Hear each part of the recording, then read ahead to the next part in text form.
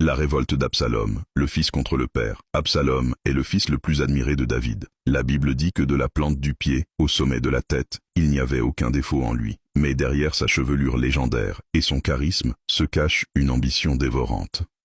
Pendant 4 ans, il se tient aux portes de Jérusalem, volant le cœur des Israélites en leur promettant une justice qu'il prétend meilleure que celle de son père.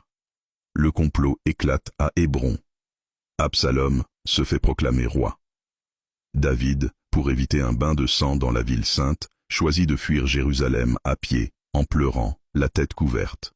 Le vieux lion est redevenu un fugitif, chassé par sa propre chair. Mais la guerre civile est inévitable. Les deux armées se rencontrent dans la forêt d'Éphraïm pour un combat fratricide. L'ordre de David est clair, épargner le jeune Absalom. Mais le destin en décide autrement. Alors qu'il fuit sur son mulet, l'épaisse chevelure d'Absalom s'en mêle dans les branches d'un grand térébinthe. Il reste suspendu entre ciel et terre.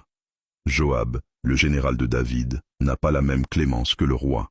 Il transperce le cœur du prince rebelle de Trois-Dars, mettant fin à la révolte. Lorsque la nouvelle de la victoire arrive à David, il n'y a pas de triomphe. Le roi s'isole et crie sa douleur. « Mon fils Absalom, mon fils Absalom, que ne suis-je mort à ta place ?»